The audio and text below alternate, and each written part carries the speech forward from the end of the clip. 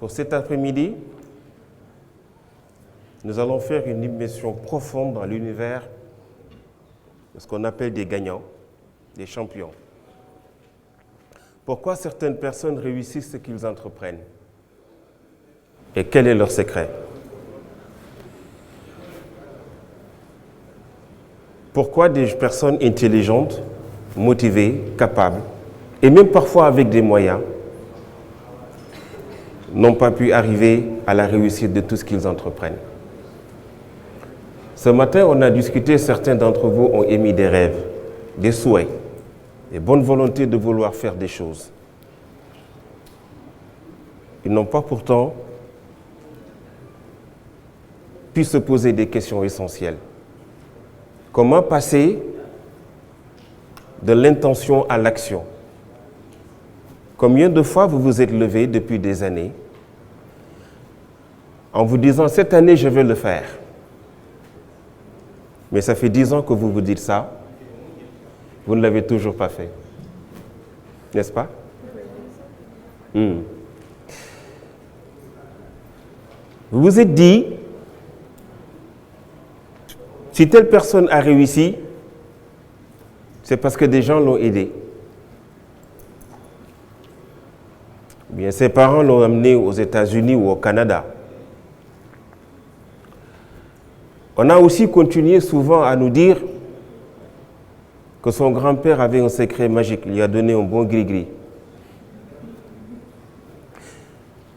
De l'irrationnel au rationnel, des doutes et des errances, combien de personnes sur le chemin de l'aventure ont baissé les bras, ou se sont perdues, ou n'ont pas pu trouver l'essentiel de ce qu'il fallait? Des experts dans la transformation humaine ont observé pendant des années des personnes qui ont réussi et ont voulu savoir comment ils ont fait, et ils ont regroupé l'essentiel de tous leurs outils de réussite dans la planification stratégique personnelle d'un projet de vie réussi. Premièrement, son concept et son importance, identité, apparence, les valeurs personnelles, l'environnement, les stratégies, les rêves et la conception de la relation que nous avons entre nous et les rêves qui nous unissent, les stratégies, la vision, la mission, et ensuite, à long terme. Voilà ces éléments composants de la planification stratégique personnelle réussie. Introduction. Certains, si ce n'est la majorité des personnes, ne savent pas où ils vont dans la vie et ne se posent même pas la question. Sont dociles lorsqu'ils ne trouvent pas le chemin qui les mène vers un avenir prospère. Et combien de fois vous entendez « la vie ne m'a pas souri, j'ai pas eu de chance, mes parents sont divorcés, il n'y avait personne pour m'aider dans la vie », c'est ce que j'appelle des autosaboteurs. Et quand ces modèles de pensée, vos autosaboteurs se réveillent, il faut vous en débarrasser. Slide. Ils veulent poursuivre le chemin de la vie, accéder aux échelons de la réussite, mais ils ne savent pas comment. Ils essaient d'imiter ceux qui réussissent par la lecture et la formation, mais malheureusement sans résultat. Est-ce qu'il y en a qui se retrouvent dans ce que je suis en train de dire? Je ne vous entends pas? D'accord. Allez-y. Libérer votre puissance intérieure, ce qu'il faut retenir. Lorsqu'on change d'état physique et qu'on est déterminé, les choses deviennent plus faciles. La formule du succès comprend connaître son objectif, la clarté fait la force, connaître la raison, pourquoi est-ce un must, passer à l'action, mais massivement, savoir ce que l'on obtient, remarquer le résultat, et en dernière stratégie, changer l'approche.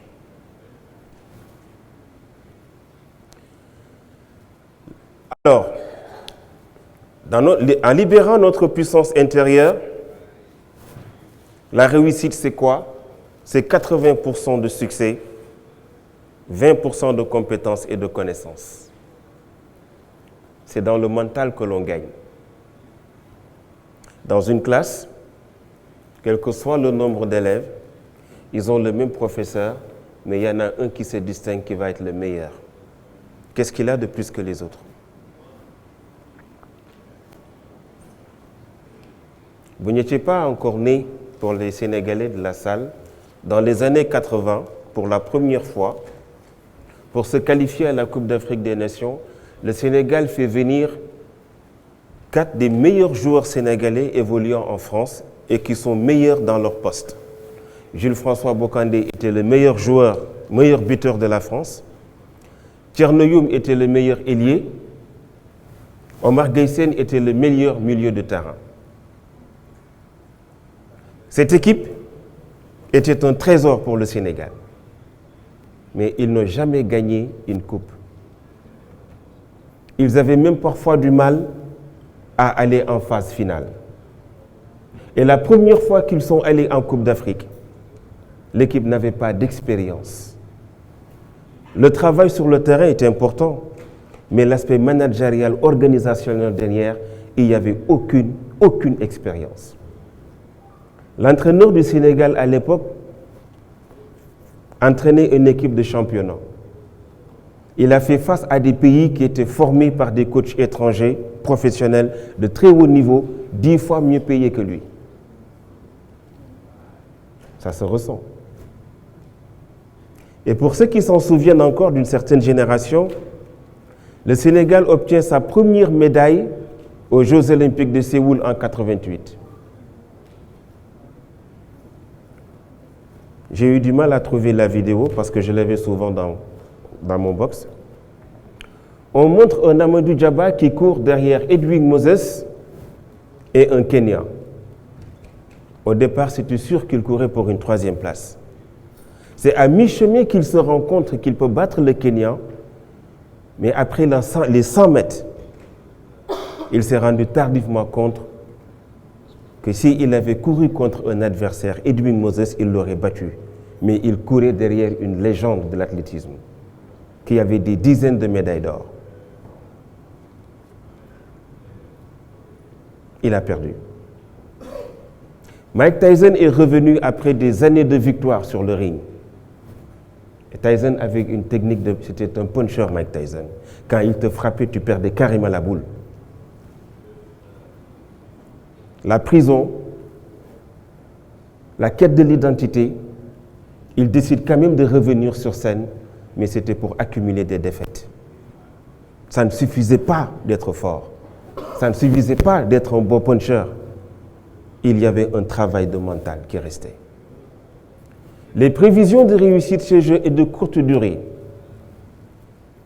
Ils veulent changer leur situation, mais perdus dans leur besoin journalière, dans la recherche d'une issue et ne connaissant pas par où commencer. Et pourquoi combien de gens échouent et se perdent dans la quête de l'atteinte de leur objectif?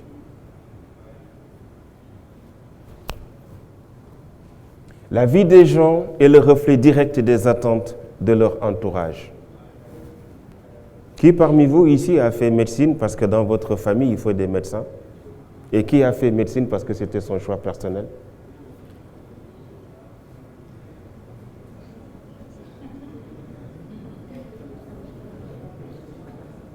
Il y a des familles qui sont castées dans la médecine. Il faut toujours, dans la génération, un médecin.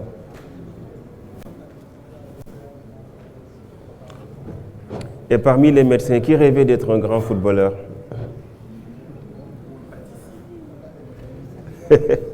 Tu rêvais d'être un bon pâtissier, c'est pas trop tard.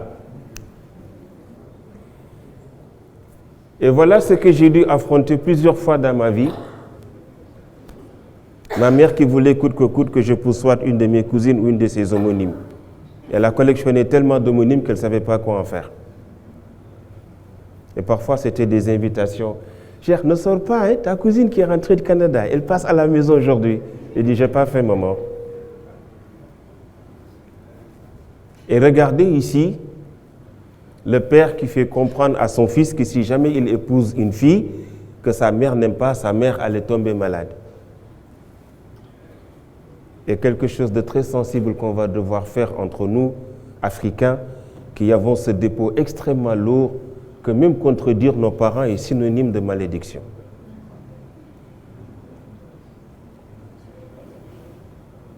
Et qui parmi vous a cru que s'il ne faisait pas médecine, il serait maudit parce qu'il a désobéi à ses parents? Et j'ai un secret à vous dire, les gars, mais que ça reste entre nous. Hein? Si j'avais écouté mon père, je ne serais pas l'homme qui est devant vous ici. Tu n'as pas compris parce que tu envoies des SMS à ta petite copine depuis que je parle. Que j'ai dit qui te fait peur, en fait. Et oui, à l'âge de 17 ans, j'ai dû quitter la maison de mon père pour être l'homme que je suis. Mais oui, parfois, dans leur maladresse de l'amour, les pères confondent leurs convictions et les différences de choix. Alors notez une chose, on ne vient pas de nos parents, on vient à travers nos parents. Et que la seule chose qu'ils nous doivent, c'est l'amour. Et incarner l'autorité et la liberté, je pense que c'est l'une des manifestations les plus belles de l'éducation. Transmettre ses idéaux et sa pensée, c'est différent d'éduquer une personne. Alors, chers parents, comprenez une chose, nous naissons avec notre vision du monde. Et laissez-nous vivre avec ça. Il y a une force chez chaque être humain qui, une fois libéré, peut faire de chaque vision, de chaque rêve ou désir, une réalité. Mais ça sous-entend que vous avez la force de vous confronter à vous-même. Si vous passez votre temps à voir chez les autres l'action qu'ils répercutent sur vous, vous allez faire de votre prison, de votre corps, des prisons, une forme de prison. Et la pire des prisons, c'est celle où tu ne vois pas les barreaux. Nous ne sommes pas victimes des circonstances, nous en sommes les créateurs. Vous n'êtes pas responsable de ce qui vous arrive, mais vous êtes responsable de ce que vous allez en faire. Les gens vous blessent, mais vous développez des souffrances. En thérapie du couple, souvent, vous voyez des femmes qui viennent me dire « Mon mari me fait souffrir ». J'ai dit « Bon, c'est simple, vous pouvez rentrer, n'acceptez pas ». Il me dit, mais non, moi j'ai rien fait. J'ai dit, si, votre mari vous a blessé. Mais c'est vous qui avez développé des souffrances. N'en faites pas des souffrances. Qu'est-ce que vous faites de vos blessures? Il y en a qui les entraînent convenablement, qui les parfument, qui les habillent, qui vivent avec, qui dorment avec. Ce sont ces personnes qui vous disent, j'ai pas d'amis, moi je fréquente personne, j'aime rester seul. C'est pas ça être fort. Non, pas du tout. Être tout seul quelque part, loin de tout le monde, n'avait aucun mérite. Nous ne faisons pas ce que nous pouvons, nous vivons ce que nous croyons être. Votre mindset vous détermine. Si vous cultivez, n'est-ce pas, des pensées limitantes, c'est vous qui vous limitez. À la place de « je ne peux pas », mieux vaut « comment je vais faire ». C'est impossible. Entre l'impossible et le possible, il n'y a que deux mots qui les différencient. Mais si nous développons des pensées progressistes, là oui, on peut y arriver. Si vous continuez à faire ce que vous avez toujours fait, vous continuerez à obtenir ce que vous avez toujours obtenu. Faire la même chose pendant tout le temps et s'attendre à un changement, vous avez un mot pour qualifier ça? Moi, j'appelle ça les idiots heureux. Faire toujours la même chose et s'attendre à un changement, c'est impossible. Et quand vous pensez que c'est à vous de déterminer le bonheur de l'autre, quand vous restez dans l'imaginaire de l'autre, et cette pauvre femme qui accepte tout, mais vous voyez, elle ne met pas des mots sur ses ressentis. Cette pauvre femme est en train de se laisser définir. Cette pauvre femme est structurée autour d'une fausse conception relationnelle avec son mari.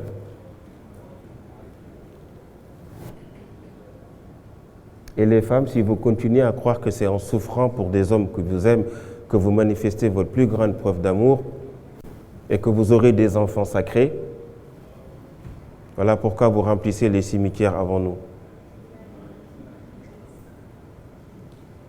Parce que vous confondez sentiment et relation. Et quelle est la différence entre sentiment et relation?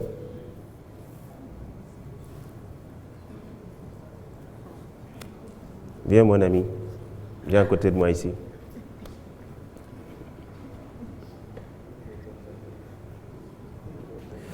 J'invite cette belle dame là-bas au fond à me rejoindre. Est-ce que quelqu'un peut me prêter un foulard? Quelqu'un peut me prêter un foulard? Une écharpe? Ah, merci.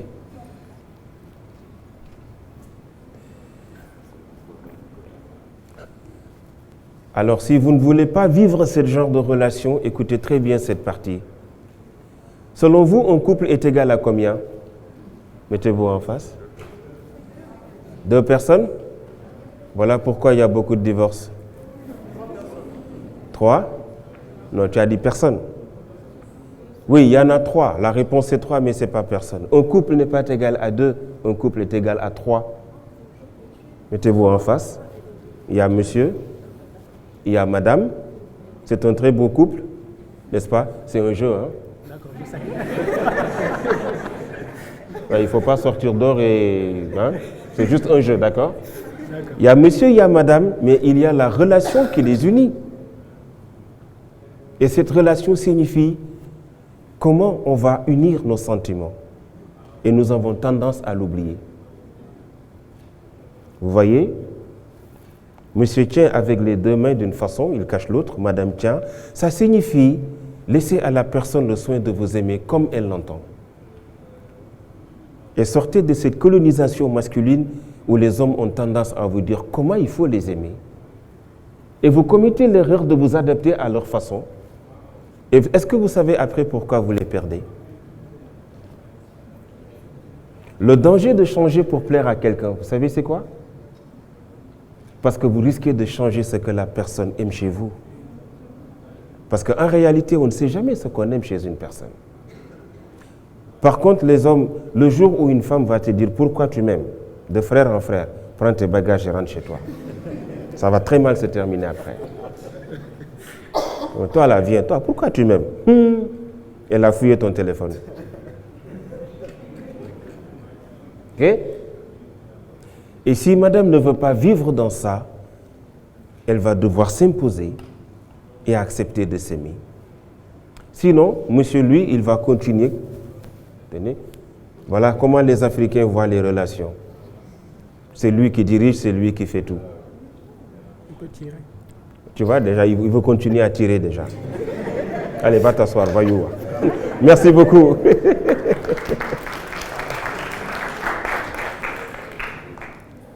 Slide. Libérer notre puissance intérieure, c'est qu'il faut retenir nos valeurs et nos croyances. Nos croyances nous déterminent, mais à condition qu'il y ait une compréhension logique, autant sur le plan rationnel qu'émotionnel, à ce que nous donnons à la croyance, parce que c'est une puissance. Faites attention à ce que vous croyez, elle va déterminer vos comportements. Vos comportements vont devenir des habitudes, et les habitudes sont difficiles à changer. Malcolm X disait « Je suis né et appartiens à une communauté où la couleur de ma peau détermine ce que devait être le sens de ma vie. Mon esprit était libre par mes pensées, mais les lois de mon pays me limitaient à cause de la couleur de ma peau. » Il découvre l'islam dans les prisons américaines, mais un islam racial. Pour lui, la conception de l'islam, c'était que le noir était bien, le blanc était mal. Dans ses annales, ses écrits qu'il a laissés à Aldous Huxley, Malcolm X consacre une bonne partie de son temps à expliquer avec humilité, courage et force comment il était dans l'erreur. On m'a transmis par la violence et par la haine la croyance et mon esprit était empoisonné, mon corps avec. Il fallait beaucoup de force et de courage Mais le jour où Malcolm X découvre que Elijah Muhammad, son père spirituel, passait la nuit avec des petites filles de 18 ans, buvait de l'alcool, dealait avec le gouvernement et même avec les trafiquants de drogue, il lui fallait faire un choix entre l'homme et l'idéal. Sa petite sœur l'appelle et lui dit, à Harlem vit un grand imam venant d'Égypte qui nous transmet une autre vision de l'islam. Malcolm le rencontre, il est confronté à un déclic dans un processus de changement de comportement complexe. Parce que l'imam lui dit, Malcolm, l'échelle de grandeur à travers laquelle on va mesurer ta foi n'a rien à voir avec la violence, mais ta capacité à aimer ton prochain. Dans la foi, plus tu aimes l'autre, plus ta spiritualité est grande. Mais si ta colère te domine et dicte ta ligne de conduite, tu es entre les griffes de Satan. Et Malcolm dit, pendant des années, la violence et l'immoralité domptent ma façon de faire, mais une phrase un jour, un homme, change complètement ma façon de voir le monde. Est-ce que vous comprenez ce que vous croyez? Est-ce que vous êtes musulman parce que vos parents le sont? Vous êtes catholique parce que vos parents le sont? Ou est-ce que vous l'êtes par conviction personnelle, mais aussi par compréhension? Les valeurs sont des états émotionnels que nous estimons importants à vivre ou à éviter. Une croyance est un sentiment de certitude par rapport au sens d'une chose. Elle a le pouvoir de vous construire, mais malheureusement, elle a le pouvoir de vous détruire. Le problème de nos croyances, c'est qu'elles sont souvent développées inconsciemment ou sans réflexion directe ni critique de notre part. Les jeunes qui sont là, quelle est la relation entre le Père Noël et la Bible? Quelle est la relation entre le Père Noël et la Bible? Eh bien, le Père Noël a été créé par les experts en marketing de Coca-Cola Company. Ça n'a rien à voir avec Jésus. Il y en a plein d'autres. Hein? Il y a plein de saletés dans vos têtes que vous croyez qui sont très loin de la vérité. Je vais les déconstruire petit à petit. Il est aisé de se laisser influencer par des parents bien intentionnés, des médias sans vraiment réfléchir à l'origine, au motif de l'information qui est transmise. L'information est une ressource inestimable, mais elle doit être accompagnée d'un bon sens et de résultats prouvant qu'elle servira à notre objectif final, particulièrement dans le domaine de la médecine. Durant la période du Covid, chaque jour, je pouvais voir dans les réseaux sociaux 250 marabouts qui nous proposaient des milliers de remèdes miracles. Et ça me faisait plaisir d'appeler chaque jour mon oncle pour lui voir quel remède il a pu. Il a fini par avoir des problèmes d'estomac très sérieux. Et dans le désespoir, les gens croient facilement au miracle. Nous devons être la source de la solution et prendre en main nos décisions sur ce qui participe vraiment à notre vitalité. Vous êtes responsable de votre vie. Faites attention à ce que vous prenez des autres. Et vous avez ce schéma qui vous permet d'ausculter votre personnalité. Je pense que le monde sera vraiment développé quand on n'aura plus besoin de carte d'identité. Je déteste ce truc-là. Parce que vous pensez qu'une carte d'identité va vous dire qui je suis réellement. Et j'adore discuter avec des policiers quand ils me le demandent. Ils disent, c'est tout? Ma taille, mon poids, mon nom, et vous me connaissez maintenant, c'est bon, je peux partir. Vous avez un problème, monsieur? J'adore les policiers quand ils pensent nous faire peur parce qu'ils ont une tenue. Il y en a qui ont des cartes d'identité ici? Déchirez-les. Le cœur est le siège de la bienveillance, de la confiance en soi, de la spiritualité, mais particulièrement d'une intelligence profonde. L'esprit qui est le siège de la connaissance, de l'intelligence, de l'analyse et de la logique. Le corps avec ses sens et ses expressions, et l'âme humaine, centre d'orientation de comportement, discipline, courage, volonté. Est-ce que vous êtes en dualité entre le cœur et la raison? Si Blaise Pascal nous disait que le cœur a ses raisons que la raison ne connaît pas, la psychologie contemporaine nous enseigne que le cœur a ses raisons que le cœur peut comprendre.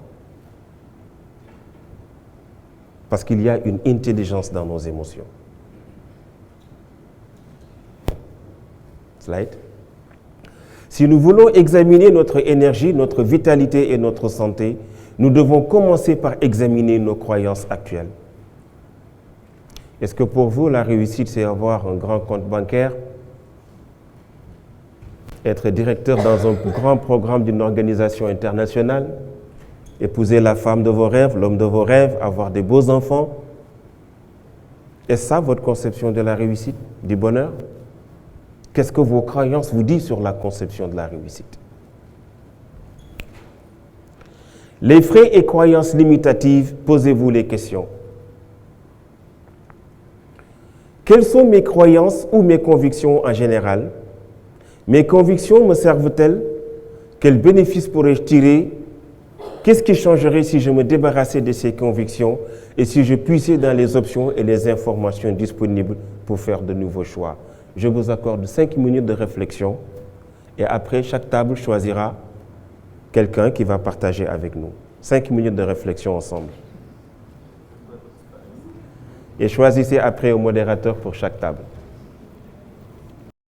Merci beaucoup. Merci beaucoup. Alors, on va écouter sur cette table. Choisissez une question. Quelle est la question sur laquelle, en discussion avec votre groupe, qu'est-ce que vous avez ressorti? Oui, allez-y. La première question, c'est quelles sont mes croyances et ou mes convictions en général? Donc, oui, allez-y. Okay. Donc, j'ai pu discuter avec mes collègues sur la table et puis la croyance et la conviction qui m'a toujours servi jusqu'à présent, c'est on ne récolte que ce que l'on sème dans la vie. Donc, dans la vie, il faut faire des choix, il faut prendre des décisions et pouvoir en être capable d'en assumer les conséquences et aussi les avantages. Tout à fait. Donc, c'est une des croyances, des convictions à laquelle j'y crois fortement. Très bien. Cette deuxième table, sur quelle question vous voulez partager avec nous vos réflexions?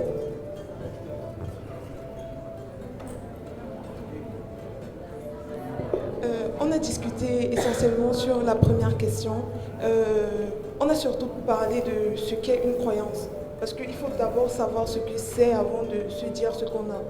Et là, en fait, on s'est dit que les croyances, en fait, sont le fait d'idées préconçues, d'idées déjà reçues.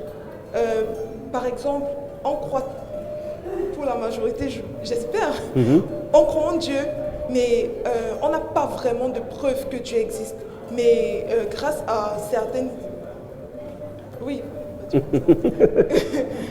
Allez-y. Grâce à certaines idées préconçues, on sait, genre, on a cette conviction-là que Dieu existe, ou bien on veut vraiment espérer que Dieu existe. Et pour les convictions, on a dit que ça dépend du vécu de chacun, des expériences, c'est ça, et des valeurs en fait. C'est tout. Merci. Cette table là-bas, voulez-vous partager avec nous un élément de réponse de vos discussions, de vos échanges?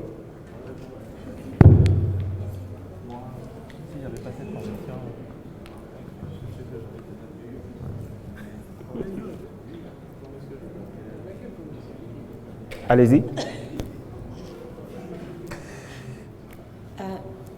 Alors, sur notre table, ce qu'on a, après réflexion, pour nous, en termes de croyance, je dis qu'on est ce qu'on décide d'être.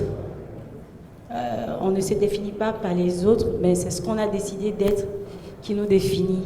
Oui. Et cette conviction-là m'a servi à être une personne, je me définis comme une personne suffisamment audacieuse, qui ose et qui a décidé d'atteindre un objectif et se donne les moyens d'y arriver. Concernant la troisième question, c'est... Moi, je dirais que si on me retire si on me retire cette conviction-là, je ne me retrouverai pas parce que je veux pas, je ne me retrouverai pas. Je n'ai pas la réponse à la troisième parce que je me définis vraiment par le fait que il faut que je sois audacieuse, voilà. Donc me retirer cette conviction, ça va plutôt m'amener très loin. D'accord. Merci beaucoup. On s'applaudit, vous avez bien travaillé. Il est toujours important pour nous de nous retrouver à l'essentiel de notre être. C'est-à-dire, si vous avez des valeurs, d'où est-ce que vous viennent ces valeurs? N'est-ce pas? Vous avez eu à surmonter des moments difficiles. Avec quelles ressources est-ce que vous avez réussi à le faire? Parfois, des situations ont pris le dessus pour vous. De quoi est-ce que vous manquez? La somme de tout ceci va vous permettre d'arriver à la connaissance de soi. Pourquoi certaines personnes ne réussissent pas? Parce qu'ils vivent sans plan écrit, ou bien parfois ne savent pas le faire, mais malheureusement parfois par manque de volonté. Lors d'une étude dans les années 50 réalisée à l'université de Harvard, sur 100 étudiants d'une classe finale,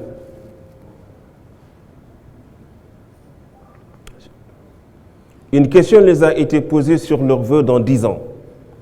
La réponse de tous était de réussir, devenir riche et influent dans le monde des finances et des affaires. Sur 10 étudiants qui ont écrit leurs objectifs détaillés, après 10 ans, l'étude a démontré que 96% de ceux qui avaient écrit avaient réussi à finaliser leurs rêves. D'où l'importance qu'il y a de suivre tout un processus important, d'écrire notre plan de vie et notre projet de vie personnel. Pourquoi nous ne le faisons pas? Quelles sont nos limites? Quels sont les obstacles qui vont se dresser entre nous? Et quelle est son importance? Bill Gates disait, il n'y a aucun projet que j'ai déroulé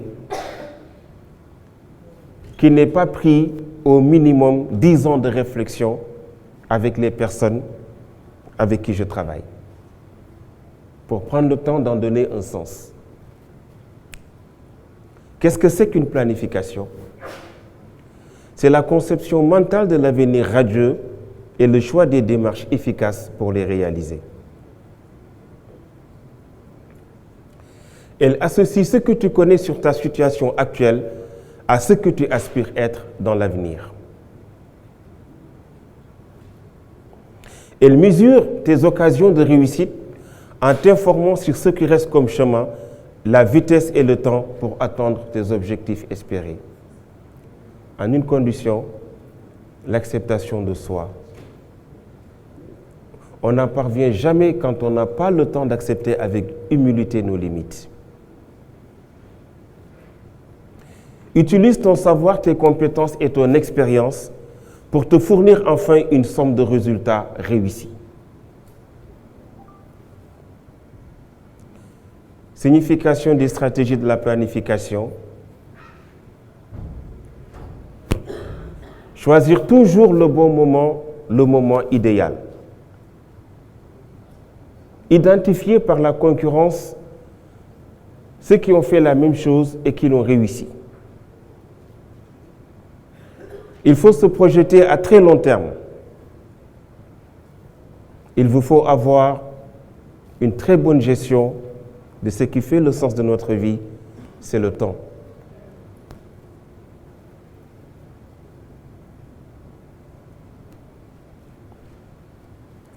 Dans le long terme, ne se baser que sur l'importance et agir tant qu'il est encore temps. Slide. Qualité d'un bon planificateur, persévérance, assurance de soi, sagesse.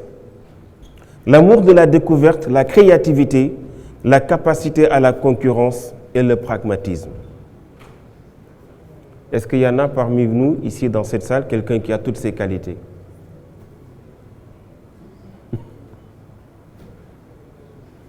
Slide. Est-ce que les qualités citées sont élevées, moyennes ou faibles chez vous? Et comment comptez-vous faire pour les acquérir?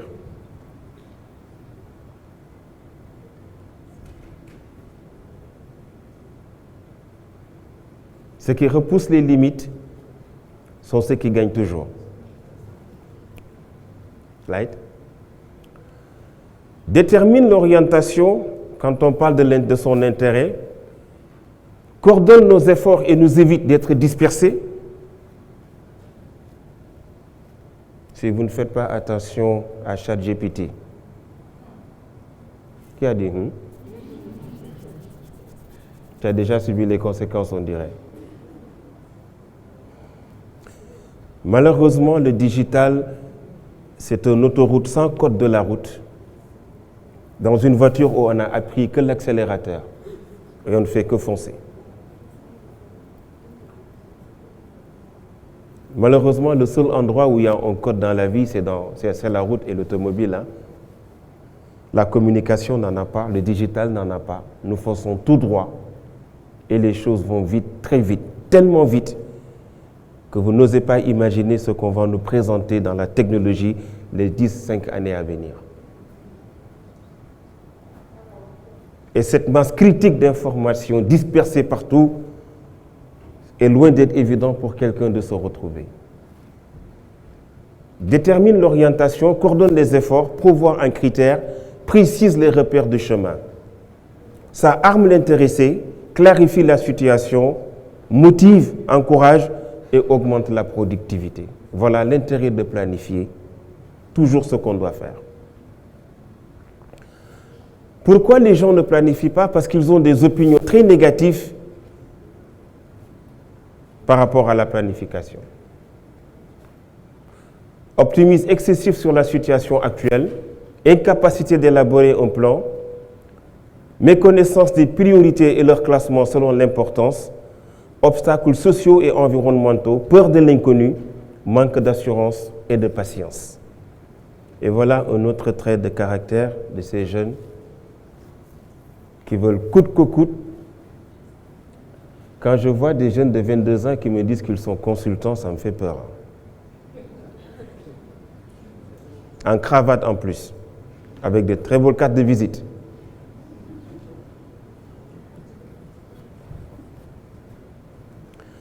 Pourquoi les gens ne planifient pas? La réponse à ces questions nécessite beaucoup de temps, de la réflexion, de la concentration, de la sincérité avec soi.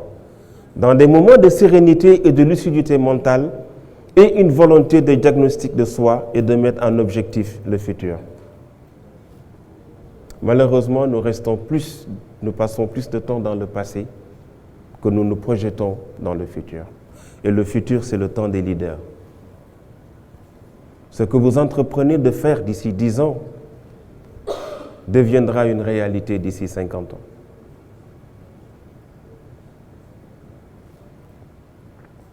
Nous proposons de réserver un temps assez fait et plus tôt possible pour établir un plan et réaliser vos rêves. Pourquoi? Qui ne planifie pas son succès, malheureusement planifie son échec. Qui n'a pas un plan fait partie des plans des autres. Au moment actuel où vous êtes, vous vivez votre plan ou vous faites partie du plan des autres?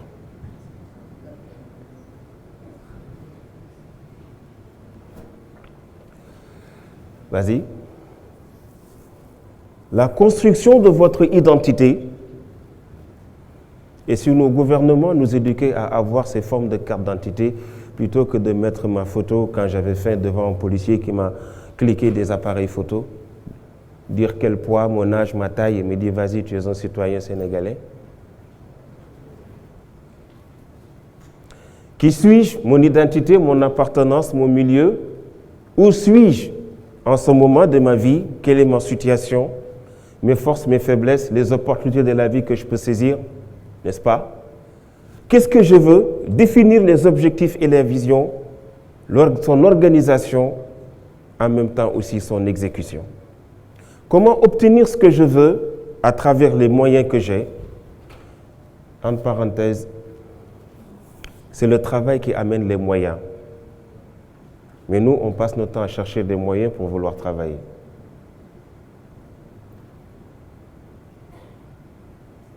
Aujourd'hui, majeure partie des entrepreneurs passent plus de temps à chercher comment élaborer un business plan qu'à apprendre à dérouler l'exécution de leur projet. 99,99% des entrepreneurs ne planifient pas, ne s'organisent pas, mais passent leur temps à chercher où mobiliser des ressources. Et quand les ressources viennent, ils ne savent plus quoi en faire. Après, ils vont aller chercher un consultant. Mais faites attention à ce mot. Hein. Ils vont tomber sur des consultants, parfois sur des insultants. Et j'en connais qui en ont laissé malheureusement beaucoup de plumes. Je reçois souvent dans mon cabinet des jeunes qui viennent me parler de projets de 50 millions de dollars au Sénégal. En nos mots, ne confondez pas rêve et illusion.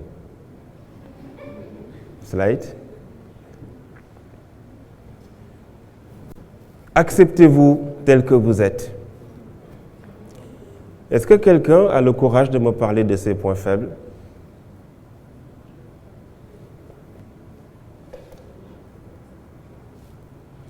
Tu t'es remis de la déception de ta petite amie qui t'a abandonné? Ou bien pas encore? Je me suis déjà remis. Ah, tu t'es déjà remis. Comment tu l'as vécu? C'était difficile? Alors, ça remonte à très très longtemps. Non, je n'ai pas dit c'était quand. Réponds à ma question. Non, c'est bon, je le taquine. Mes points faibles, les causes et leur existence, c'est de voir votre part de responsabilité et ne pas chercher à voir les actions des autres sur vous. Vous n'êtes peut-être pas responsable de ce que les autres vous font, vous êtes responsable de ce que vous allez faire avec ce qui vous arrive. Comment vous remettre en question le temps imparti aux corrections des aspects liés à vos points faibles personnels? Comment tirer atout de vos points forts? Comment les préserver? Et comment aussi les développer? Certaines personnes ont bossé dur pour réussir entre parenthèses, gagner beaucoup d'argent. J'en ai eu des amis qui se sont enrichis en travaillant dur, avec qui j'ai vu vivre avec de très grandes valeurs.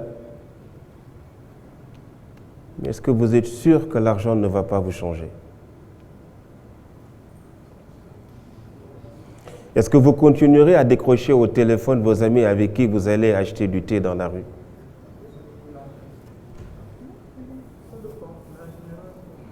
Est-ce que vous allez toujours rester avec le monsieur amoureux qui vous accompagnait quand c'était difficile?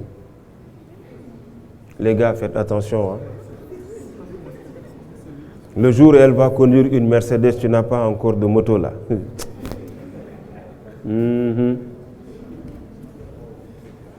Ou bien ce que je dis, c'est pas vrai? C'est pas le cas. J'aime bien vos silences. Slide.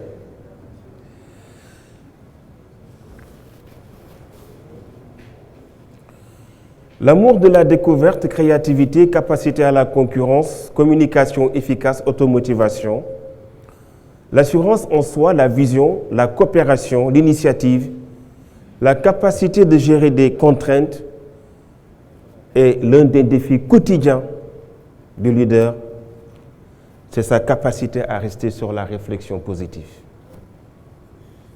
Ne jamais laisser vous influencer par ceux qui viennent de partout, mais essayez toujours de voir la dimension positive dans une situation.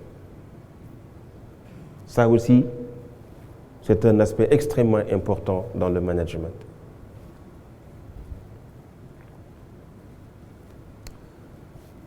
Et voilà un exercice particulièrement difficile. Quels sont vos défis actuels? Un diplôme, un mariage, gagner de l'argent, il ne faut jamais se tromper. N'avancez jamais si vous n'êtes pas sûr d'avoir réellement construit votre identité personnelle. En déterminant les défis qui sont présents dans votre vie. Et quelles sont ces causes? les solutions préconisées et les temps prévus pour des solutions. Les opportunités présentes, comment en tirer profit, les développer, mais aussi les sauvegarder. Vous avez tellement d'opportunités cette génération. Ah oui, les opportunités qui se dressent en vous sont tellement énormes que je me demande si parfois ce n'est pas la cause de vos problèmes.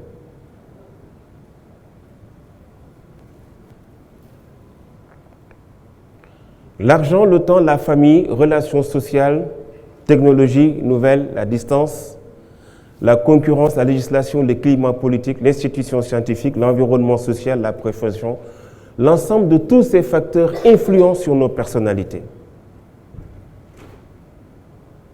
Particulièrement les médias.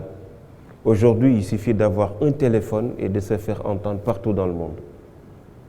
Umberto Eco, le célèbre philosophe italien, disait « Ces outils ont mis au même niveau d'égalité qu'un imbécile, qu'un professeur d'université. » Malheureusement, on est dans un monde où un footballeur est plus important qu'un médecin, qu'un chanteur est plus important qu'un instituteur.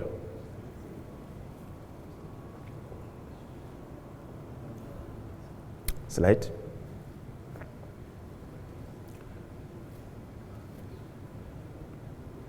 Définition liée au modèle d'analyse des critères stratégiques, les points forts mesurés, s'assurer de l'existence de nos forces en les évaluant sur comment en bénéficier, s'assurer de leur existence et d'être sûr que nous comprenons nos faiblesses et quel effet est-ce que ça a en nous.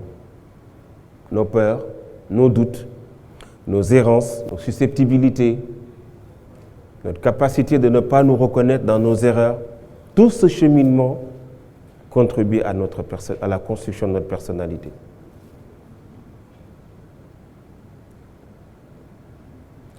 Les opportunités et les risques, leurs possibilités, mais aussi leurs contraintes. L'impact de ces risques au cas où ils venaient de se produire, si nous ne faisons pas l'effort de nous surpasser. L'écriture des rêves va nous faire ouvrir des fichiers dans le subconscient et définir les objectifs stratégiques avec facilité, car les objectifs ne sont pas élaborés par rapport à la réalité, mais par rapport aux rêves. La rédaction des rêves est l'ouverture des fichiers qu'on essaie de vivre par nos sentiments et nos sens. Et là, l'esprit commence à surveiller les nouvelles et les opportunités. Et de là, les informations commencent à abonder et certaines réalités commencent à se former. Quelqu'un qui nous a fait tous rire, le créateur de Mickey, Walter Wally, plus connu sous le nom de Wally Disney. Écrire autant de rêves possibles, le rêve suscite en nous de l'attention envers le sujet, objet du rêve. Et l'une des plus belles voitures au monde que nous voyons est née d'un rêve. Parce que la dame de nettoyage qui nettoyait sa maison est rentrée dans son bureau. Il s'est levé, il a dit « Excusez-moi, je vous ai réveillé, monsieur. » Il lui dit « Non, tu ne m'as pas réveillé, je réveille. » Est-ce que Mercedes est là? Il dit « Oui. » Il dit « Appelle-la moi. » Voilà comment Benz a créé la Mercedes, inspiré par la beauté de sa femme et des rêves. Mais ce n'était pas des amours d'une photo d'une femme sur Facebook, hein. Je parle de l'amour réel. Il faut commencer en ayant la fin à l'esprit. Lorsque nous écrivons nos rêves, le subconscient détecte de l'estime et de la considération pour lui et commence à travailler efficacement et de manière appropriée. Le subconscient fonctionne avec le principe de réciprocité. Il réagit et apprécie les défis et il nous donne de l'énergie qui nous suffit pour réaliser ce qu'on veut. Et testez ça, vous allez voir. Un ami psychologue a été appelé à 2 heures du matin parce qu'une grande chanteuse, à 1 heure de temps de son concert, avait complètement perdu la voix. C'était Lara Fabienne.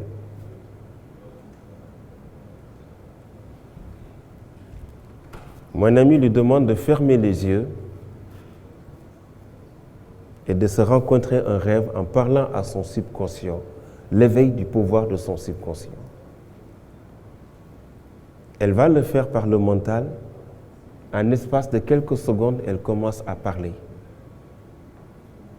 Et croyez-moi, ça marche.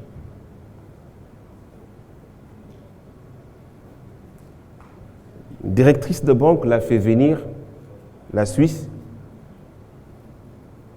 et lui a fait comprendre qu'elle était saturée, qu'elle ne se retrouvait plus. Il a demandé de prendre ses bagages et me l'a envoyé ici à Dakar. Elle m'a dit tous les jours, je lui marchais des kilomètres et des kilomètres. J'amenais la pauvre dame au lac Rose. Premier défi, je lui demandais de marcher 2 km, 3 km, 4, 5 km. Et la dame, un jour, s'est juré que le jour où elle marchera 10 km, elle trouvera la solution à ses problèmes. Je viens la chercher à son hôtel, elle n'est plus là, elle est rentrée. 3 jours plus tard, elle m'appelle et m'a dit « J'ai trouvé ce que je cherchais ». Qu'allez-vous faire pour mesurer vos convictions?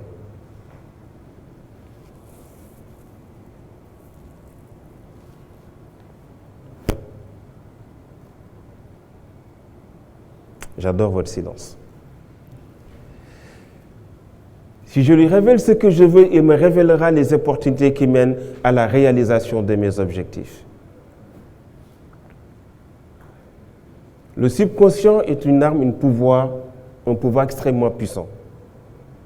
Et je vous invite à lire le livre du professeur Murphy Brown sur le pouvoir du subconscient. Le centre de l'énergie de l'être humain est le bastion des émotions et des sentiments et le réservoir de l'expérience, des connaissances, des valeurs et des croyances. Les rêves sont des fichiers ouverts dans le subconscient et doivent être grands et présents des défis pour que le subconscient leur réagisse. Le subconscient est considéré comme un petit enfant à l'âge de 2 ans qui ne recule devant aucun défi. Définir la stratégie de mise en objectif.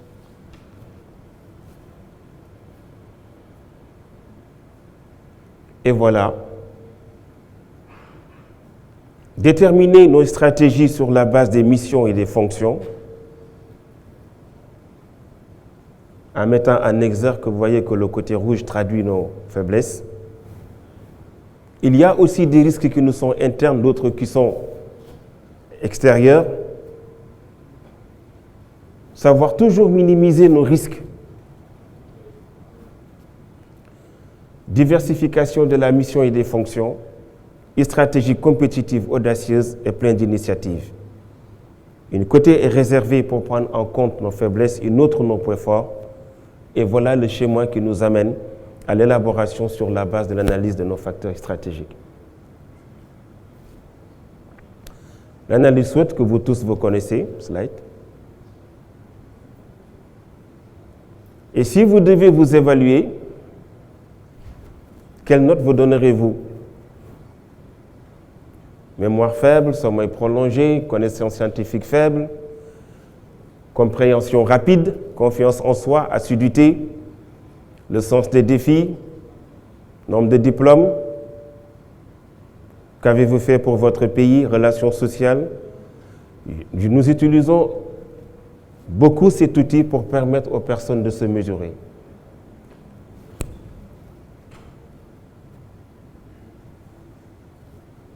Cette matrice d'analyse de l'analyse SWOT aussi permet aux personnes de se situer. Slide.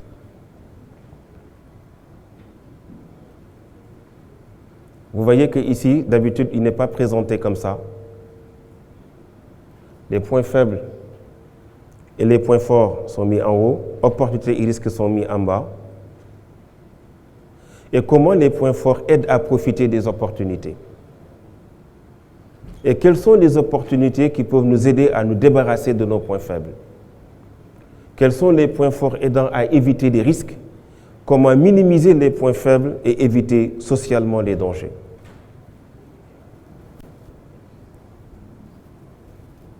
Nous voilà à la fin de la planification stratégique. Nous vous donnons 3 minutes de réflexion par table. Déterminez, s'il vous plaît, 3 points qui vous semblent le plus importants dans la planification stratégique d'un projet de vie réussi. 3 points. Vous avez 5 minutes. Bonsoir. Je vois que les discussions sont intéressantes. Merci beaucoup. Alors, on commence par quelle table, Mohamed? La table au fond là-bas. Oui, on vous revient. Merci de partager avec nous les 3 points qui vous semblent les plus intéressants. Veuillez vous présenter, monsieur. Bonjour.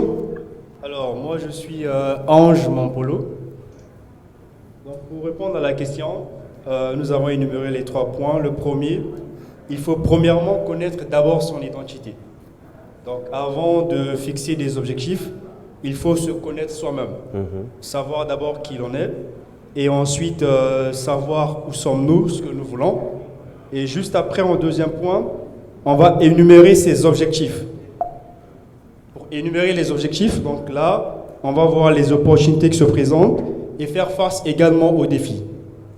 Et le troisième point, c'est connaître le subconscient. Donc c'est à ce moment-là qu'on rentre en communion avec ce dernier, en lui faisant savoir ce que l'on veut. On commence par imaginer et ensuite réaliser ses objectifs. Voilà. Bravo, merci bien.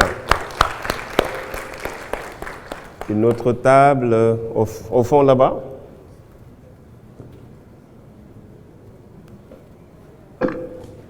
Bonsoir, merci beaucoup pour cette belle présentation. Je suis Badatina, étudiante en 5e année à l'UFR des sciences pharmaceutiques et biologiques d'Abidjan, Côte d'Ivoire.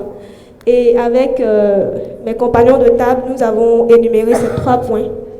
Déjà, la connaissance de soi, se connaître, connaître ses points faibles et ses points forts. Ensuite, faire un plan détaillé, c'est-à-dire avoir des objectifs, détailler chaque plan, le plan qu'on veut, détailler chaque étape pour pouvoir se donner après les moyens de les réaliser. Et en 3e point, faire un suivi à chaque étape, voir si les différents objectifs qu'on s'est donnés, on a vraiment pu les atteindre pour pouvoir, à la prochaine étape, comment je vais dire, faire un suivi pour, c'est-à-dire, faire un suivi pour arriver à la prochaine étape, faire encore plus d'efforts pour réussir notre projet. Bravo. Au fond là-bas, monsieur en bleu. Moi, c'est Lamine Gaye. Alors, nous avons élaboré 3 points. Le premier point, d'abord, ça consiste à la connaissance en soi. Parce qu'il faut connaître d'abord ses points forts, connaître ses points faibles et essayer de travailler sur ses points faibles pour les améliorer. Le deuxième élément essentiel, c'est de fixer les grands objectifs. Parce qu'on dit souvent que si les objectifs ont été bien élaborés, à moitié, on les a déjà atteints. Deuxième élément, c'est de mettre en place des petites activités au quotidien. Moi, je les appelle tout simplement les objectifs petits O qui nous permettent un jour d'atteindre les objectifs grand O. Et pour finir, c'est se remettre en question. À chaque fois que vous voulez lâcher l'affaire, à chaque fois que vous voulez abandonner, rappelez-vous pourquoi vous avez décidé de vous engager. J'aime souvent donner l'exemple des couples. Si vous voyez un couple d'environ 70-80 ans marcher main dans la rue, c'est qu'ils ont fort à parier qu'ils se rappellent de leur pourquoi. Merci beaucoup. Allez-y. Attendez ici. Allez-y. Bonsoir. Je m'appelle Idrissa Kaboré. Je suis burkinabé de nationalité et je suis étudiant en médecine à la faculté de médecine et de pharmacie de Marrakech. Donc, pour nous, la première étape essentielle, c'est de définir l'objectif. Où est-ce qu'on veut aller? Et une fois qu'on a l'objectif, on fait, deuxièmement, l'évaluation de la situation actuelle. Où est-ce que je suis? Qui je suis? Quels sont les moyens que j'ai à ma disposition? Et une fois que cette évaluation est faite, la troisième étape va consister à choisir les moyens et méthodes par lesquels il faut aller vers l'objectif. Merci. Oui. Si vous permettez. Oui, allez-y. Je me demande s'il n'y a pas un quatrième élément. On ne parle que de ce qu'on fait. Et si on parlait de ce qu'on ne fait pas, mais qui arrive quand même? Oui. Comme quoi? On va l'appeler hasard, on va l'appeler chance, on l'appelle comme on veut. Mais cet élément-là est aussi important. Est-ce que vous permettez une petite anecdote? S'il te plaît. Je suis ici parce qu'un jour, j'ai accompagné mon père à l'aéroport pour chercher ma soeur qui rentrait de France. Et je ne voulais pas. Je n'avais pas du tout envie d'aller chercher mon père pour aller à l'aéroport parce que j'étais très occupé. Je devais répondre à un appel d'offres. Mais je suis allé quand même. J'avais beaucoup de choses à faire, mais je suis allé quand même. On va chercher ma soeur qui revient 10 ans plus tard au pays avec son mari. D'accord? Je fais connaissance avec son mari, on sympathise, et le gars, il veut savoir ce que je fais dans la vie. Mais avant ça, j'avais vu le salon international de la santé à El Jadida. J'ai fait mes calculs. Jeune entrepreneur, ça ne va pas, c'est compliqué. J'ai vu que, voilà, rapidement, 2 millions peuvent partir. Mais je n'ai pas ça. Je laisse tomber. Je reviens à l'histoire. Je parle avec mon beau-frère, que je viens de connaître. Et puis, je lui parle de, voilà, entrepreneur dans le digital. J'ai créé une application qui s'appelle Clinica. Je lui explique un peu le truc. Il me dit, mais attends, ton truc est génial. Tu connais le salon international de la santé, tu devrais y aller. Je lui dis, bah, écoute, mon gars, j'ai calculé, mais ça ne va pas le faire. Côté budget, ça ne va pas le faire. Le gars me dit, mais attends, je connais l'un des organisateurs. Il sort son téléphone, il appelle le professeur Chouli. 3 jours après, je suis à El Jadida. À El Jadida, je présente mon projet. Aujourd'hui, je suis à Dakar. Pourquoi? Parce que le professeur Awamari Kolsek m'a écouté, a trouvé pertinent ce que j'ai dit et m'a fait l'honneur de m'inviter ici aujourd'hui. Il y a un quatrième élément. Le quatrième élément, il n'est pas planifiable. Il arrive, il tombe. C'est ce que je pense. Tu es un sorcier en fait. Merci beaucoup pour ce très beau témoignage. Et en plus, je crois que je connais son beau-frère. Mais bon, ça c'est une autre histoire. Oui, je voulais dire en 3 points, et si je ne suis pas étudiant, mais ça rejoint une conversation qu'on a eue tout à l'heure sur la poursuite des études et dans lequel je leur disais exactement qu'il était important de planifier. Donc merci beaucoup pour cette conférence. Moi j'avais 3 choses que je voulais dire en 3 points. Je suis un peu scolaire, que j'ai réduit en 3 mots. La première, c'est la confiance. On ne peut pas planifier si on n'a pas confiance en soi. Le deuxième, c'est l'espoir. On ne peut pas faire des projets si on n'a pas l'espoir qu'ils se réalisent. Et le troisième point qui est pour moi essentiel, c'est le partage. C'est-à-dire qu'un projet est toujours une réussite quand il est partagé, quand il embarque. Et on est aujourd'hui dans une conférence sur le leadership. Et il n'y a pas de leader sans équipe. On est leader tout seul, ça n'existe pas. Donc, émettre un projet, planifier, embarquer une équipe avec soi dans son projet, et être dans le partage, je crois que c'est ça des éléments qui sont importants. Et merci Chir pour cette belle conférence. Rapidement. Un petit mot, c'est oser. Oser. Wow. Voilà. Mohamed, merci beaucoup. Ok, bonsoir tout le monde. Moi, c'est Linda Kofi, étudiante en 6e année de médecine à Abidjan. Donc, avec mes consoeurs, on a établi 3 points. Le premier point, c'est la confiance en soi. Bon, comme plusieurs l'ont déjà dit. Le deuxième point, c'est de se fixer des objectifs SMART, donc spécifiques, mesurables, atteignables et réalisables dans le temps. Et le dernier point, c'est avoir l'esprit de créativité pour pouvoir apporter sa touche personnelle. Voilà, c'est ce que nous pouvons dire. Merci beaucoup. Merci beaucoup tout le monde. Ah, Mohamed, il y a une dernière intervention là-bas. Qui veut me substituer de mon rôle? D'accord. On vous donne la parole après.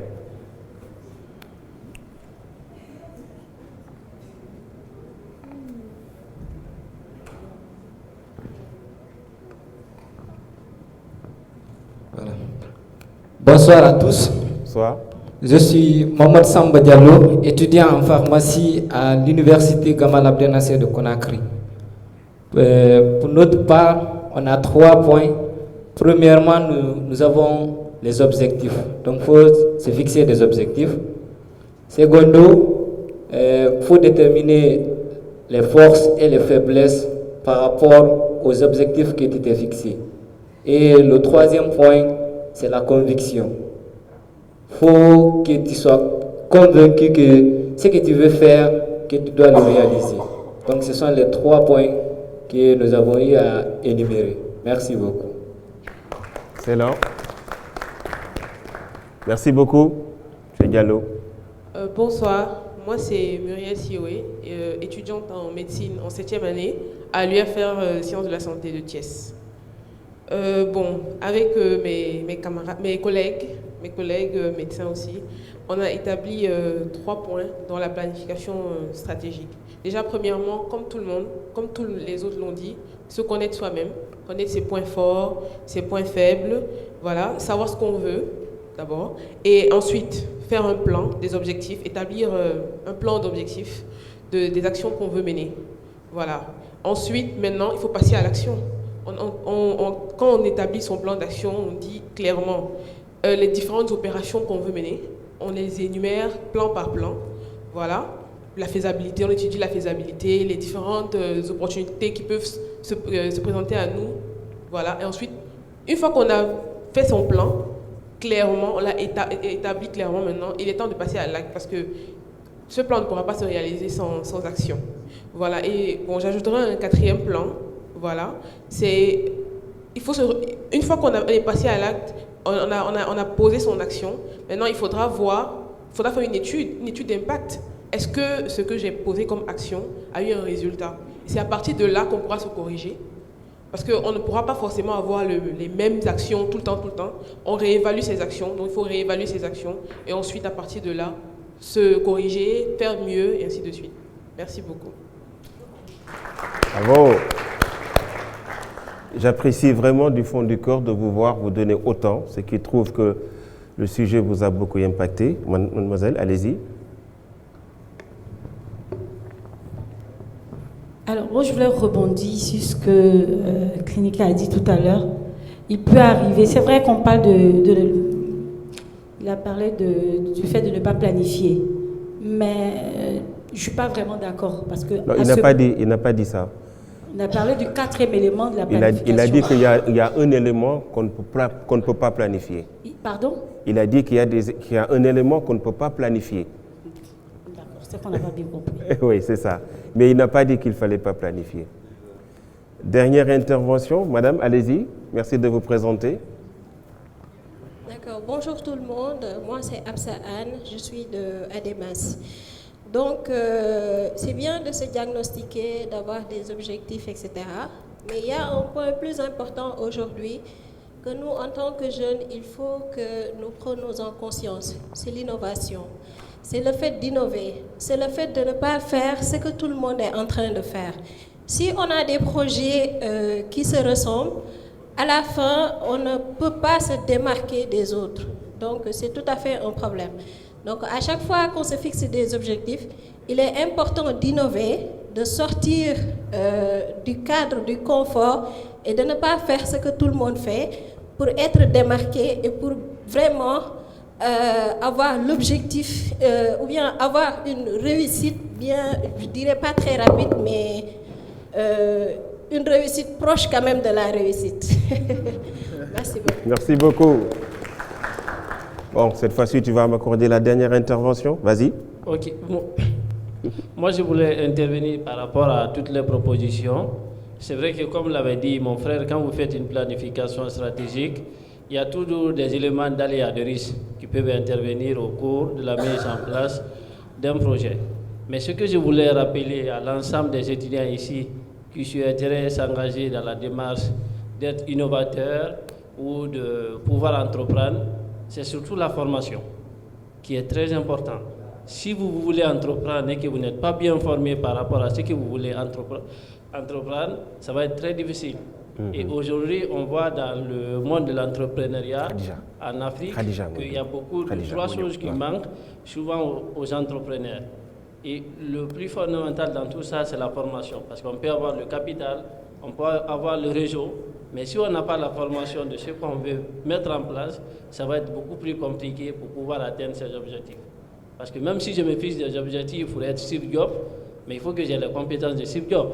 Si je n'ai pas les compétences de Steve Jobs, ça va être très difficile pour moi d'atteindre. Et donc, de savoir et mettre en place des objectifs que vous êtes capable d'atteindre en fonction de vos propres compétences. Donc, ça va en soi de la connaissance de soi-même. Merci beaucoup. Merci beaucoup. Alors, des personnes réussissent à traverser des situations qui peuvent être vues comme des leçons de vie. Nous sommes partis sur le postulat que, bien sûr, beaucoup de gens ont été bien formés. Est-ce que cela avait suffi? Que beaucoup de personnes, je suis tout à fait content de ton témoignage, mais tu vois, la chance, elle a une part minime de ce que l'on fait, parce qu'il faut que la chance vous trouve avec quelque chose. Si la chance ne t'avait pas trouvé avec ton projet établi, à quoi est-ce qu'elle t'aurait été utile? Et rappelez-vous à la question de savoir sur le déclic entre des personnes qui sont victimes des conséquences de leurs actes et d'autres pas. C'était juste la chance qui les a sauvés, n'est-ce pas?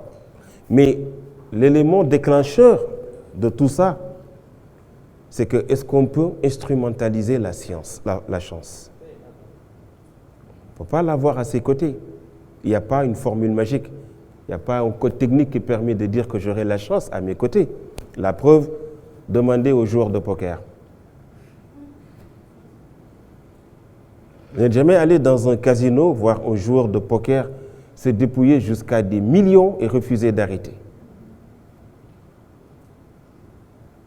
Et j'en discute beaucoup avec eux sur la conception de jusqu'où est-ce qu'ils sont conscients entre le hasard et la chance. Mais à un moment donné, à force de s'habituer à des situations, ils finissent par y croire. Et que malgré leur perte, certains te diront, je me suis trompé de formule, j'ai mal calculé, cette résistance au changement, jusqu'au jour où ils se lèvent un matin, ils n'ont plus rien. Raison pour laquelle je n'aborde pas la chance. Si vous la croisez, tant mieux, mais même si vous la croyez, dites-vous une chose, si vous n'étiez pas sur le bon chemin, elle vous aurait servi à rien du tout. Une personne exceptionnelle a accepté de partager avec nous son parcours de vie. Elle est jeune, c'est une femme, elle est brillante, elle a osé entreprendre beaucoup de choses. Certainement, elle a surmonté beaucoup d'obstacles, c'est elle qui choisira ce qu'elle va décider de partager avec nous. Est-ce que Khadija est en ligne? Khadija, bonsoir. Oui, bonsoir, vous m'entendez?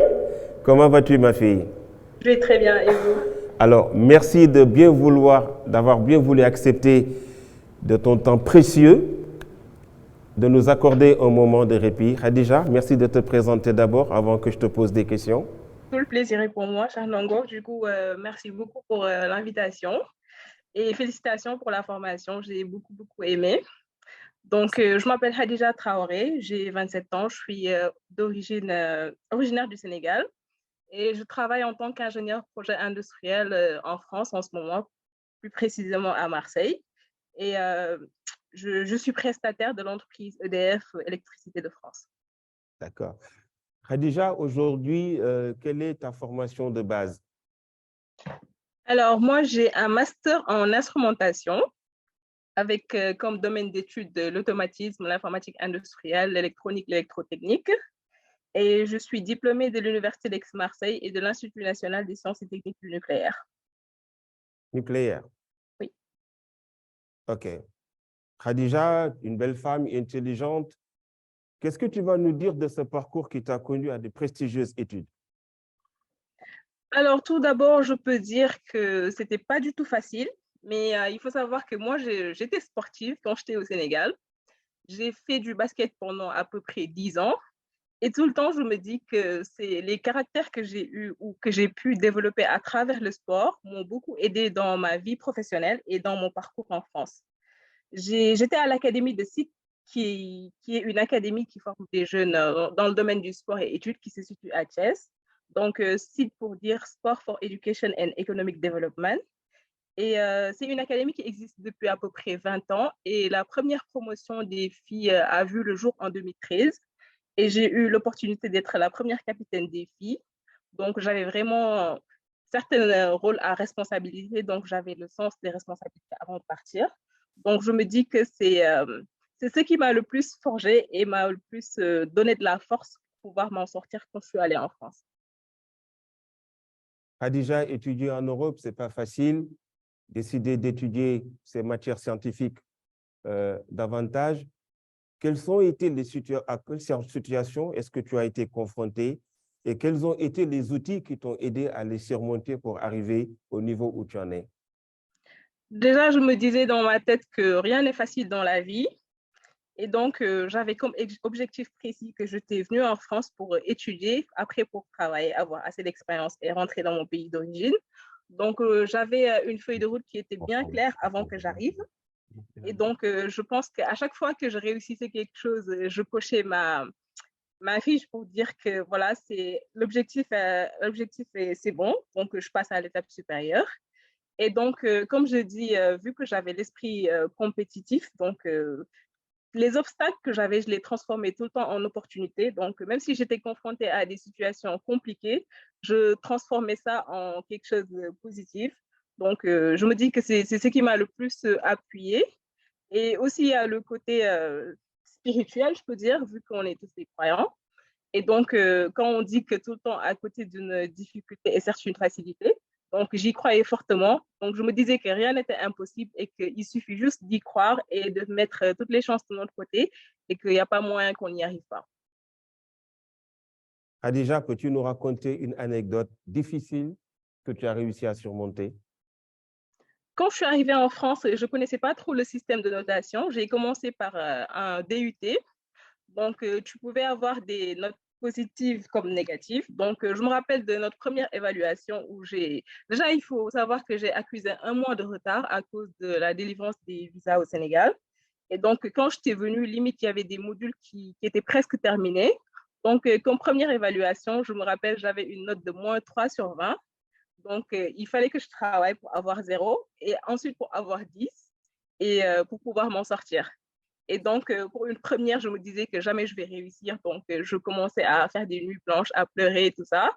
Mais après, je me suis rappelé que peut-être que j'étais confrontée au Sénégal à des situations plus compliquées et que l'objectif, c'est de réussir et que si je mets vraiment toutes les chances de mon côté, je vais réussir. Pour moi, il n'y avait pas de plan B. C'était soit de réussir, soit de réussir. Donc, je pense que j'ai toujours eu cet esprit-là, cet esprit de vouloir gagner, je pense. Donc, d'où mon côté sportif. Du coup, c'est pour ça que ce n'était pas très, très compliqué de mon côté. Soit de réussir, soit de réussir. Vous entendez bien Khadija. Rien n'est négatif dans son esprit. Il me reste 2 questions pour toi, Khadija, si tu nous le permets, bien sûr. Bien sûr, bien sûr. Quelles sont tes perspectives d'avenir? Quels sont les défis? Parle-nous un peu de tes projets. Oui, là, je suis actuellement en poste en France depuis 4 ans. Et donc, l'objectif, c'est de maximiser mes expériences en France et de pouvoir, bien évidemment, rentrer au Sénégal et de servir mon pays à travers ce que j'ai appris. Donc là, je suis dans le domaine de l'énergie. Donc, mon master était un peu généraliste en sciences. Et donc, pourquoi le choix de l'énergie et particulièrement de l'entreprise EDF? Parce que j'avais d'autres propositions telles que, par exemple, Airbus, côté comment dire, aéronautique. Et donc, moi, ma vision, c'était de travailler chez EDF pour pouvoir après servir des entreprises comme la Sénélec, par exemple. Donc, ça a toujours vraiment été un rêve et je suis vraiment motivée et je travaille là-dessus. C'est-à-dire prendre le maximum d'expérience et retourner à la source pour pouvoir participer au développement du pays. Puis écouté par des jeunes qui sont sélectionnés parmi les meilleurs de leur génération dans le domaine de la médecine, n'est-ce pas? Est-ce que tu as un dernier message à les lancer et que souhaites-tu partager avec eux qui est très profond pour toi? Alors, je les encourage parce qu'il faut savoir que quand j'étais petite, moi aussi, je voulais faire des études de médecine, mais je pense que le destin en a décidé autrement. Donc, je suis vraiment admiratrice des personnes qui font des études en médecine et je dis que voilà, nos vies reposent en ces personnes-là. Et donc, je les encourage beaucoup et je dis que l'avenir, c'est l'Afrique, en fait, ce que je peux partager. L'avenir, c'est l'Afrique, c'est la vision que j'ai, c'est la vision que je partage avec mes proches. Que, bien évidemment, on est à l'étranger, mais c'est pas pour une période éternelle. Donc, c'est juste un passage de notre vie. Et l'objectif, c'est de retourner en Afrique pour vraiment participer au développement de notre continent. Sous vos ovations, nous allons remercier Khadija Traoré. Merci beaucoup. Merci pour l'invitation. Je suis très, très contente et honorée de participer à la formation. À très bientôt. Merci beaucoup. Merci bien.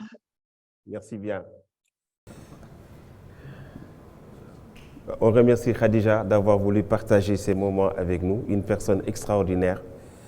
Nous allons clôturer pour partager un outil essentiel de la vie.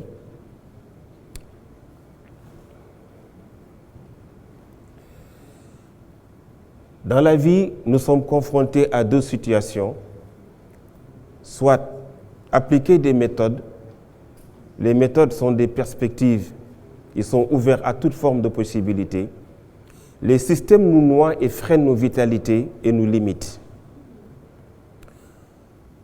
Ces 4 mots que vous voyez ici, ils structurent les relations humaines. Et quand nous savons les identifier et prendre les différentes formes qu'elles prennent, nous pouvons mener une relation vivante avec les personnes les plus significatives de notre vie. Demander, donner, recevoir et refuser. Si nous réussissons à articuler ces 4 concepts dans nos relations, nos parents, nos épouses, nos enfants, nos collègues avec qui nous travaillons, nous pouvons vraiment construire un environnement favorable à l'épanouissement humain. Slide. Demander est un risque. Quand vous demandez, vous prenez un risque. Il faut vous mettre dans les dispositions d'accepter la réponse de l'autre quand vous demandez. Si je suis libre de ma demande, l'autre est libre de sa réponse. Et quand vous dites non à quelqu'un qui vous fait une demande, vous ne dites pas non à la personne, mais vous dites non à sa demande. L'expression d'une demande est possible sur plusieurs plans. Parfois, il a juste besoin d'être entendu, d'être reconnu ou d'être satisfait. Pour établir une relation vivante, il faut apprendre à faire la distinction entre un besoin et un désir. Et souvent, ne pas confondre son désir à sa réalisation. Venir au Forum Galien, c'est un besoin ou un désir?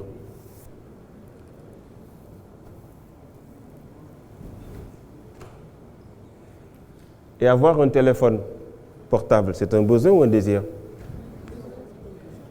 Un besoin? Avoir un iPhone 14, c'est un besoin ou un désir? Alors, si vous voulez grandir en maturité, apprenez dès maintenant à accepter que la non-satisfaction de vos désirs découle de vos responsabilités, pas de ceux qui ne vous donnent pas ce que vous ne voulez pas. Slide. Si elle est entendue, elle sera moins exigeante. Une demande ouverte est une proposition, une invitation, un don possible qui ne propose pas la réponse de l'autre. Slide. Donner, c'est mettre à la disposition de l'autre. Offrir sans s'attendre à quelque chose en contrepartie. Ou bien, on ne donne pas pour avoir l'impression d'avoir perdu quelque chose. Donner renvoie aux différentes significations des dons et des cadeaux. Parfois, ce n'est même pas dans ce que l'on reçoit, mais c'est dans la forme et le fait d'avoir choisi de recevoir, qui suffit largement pour le don. J'offre un cadeau après avoir reçu un, c'est rendre dans un sens de réciprocité ou de refus. Je donne du temps, des soins, de l'intérêt, une confirmation. J'ai aussi des attentes sur ce que l'enfant doit être, faire ou sentir.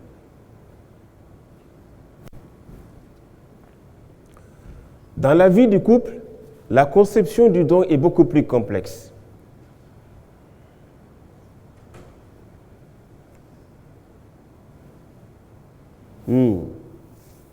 Vous savez, les garçons, faites très attention quand une femme vous dit « je t'aime ». Le je t'aime d'une femme peut signifier « j'aurai plus des soucis financiers ». N'allez pas chercher la définition du mot « aimer » dans le dictionnaire. Soyez très prudents. Le je t'aime d'un homme aussi, les filles, ça peut signifier juste « je veux coucher avec toi ». Reste à savoir quel sens nous allons donner au mot. S'ouvrir à l'imprévisible, c'est la capacité de recevoir ce qui nous vient des autres. Le sourire d'un enfant, le regard tendre d'un être significatif dans notre vie, tout ceci fait partie des dons. Mais nous en recevons peu, mais nous n'en savons pas en agrandir davantage. Recevoir est un double tranchant, ouverture féconde et risque d'intrusion dans mon univers. Je prends le risque d'être influencé, donc de changer. Et les gens qui m'attristent le plus, ce sont ces personnes qui refusent le don de l'amour. Il y en a qui n'en veulent pas du tout. Slide. Ça peut susciter et réveiller chez nous nos peurs, pensant que l'autre cherche une place à nous, craignant des critiques, d'être mis en cause, d'être disqualifié ou d'être dépendant. Mes besoins de reconnaissance, d'approbation, de maintenir la distance à l'extérieur peuvent être pour nous des facteurs bloquants à recevoir les dons qui viennent des autres. Right? Est-ce que vous êtes capable de dire oui quand il le faut et de dire non quand il le faut? Les couples les plus dangereux sont les couples qui sont versés dans la pitié dangereuse. C'est-à-dire que madame va vivre avec le garçon qui l'aidait à apprendre ses cours quand il était médecin. De toute façon, j'ai jamais eu confiance à ces cours entre amis là, garçon et fille. J'ai jamais eu confiance. Après, la femme va se faire un problème de conscience de refuser parce que monsieur l'a beaucoup aidé.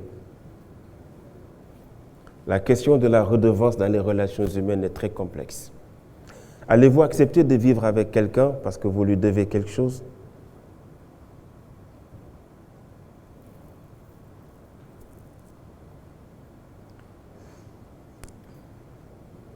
J'adore votre silence.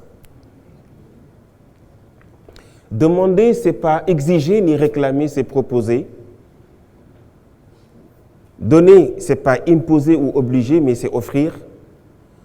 Recevoir, c'est différent de prendre et arracher, mais accueillir.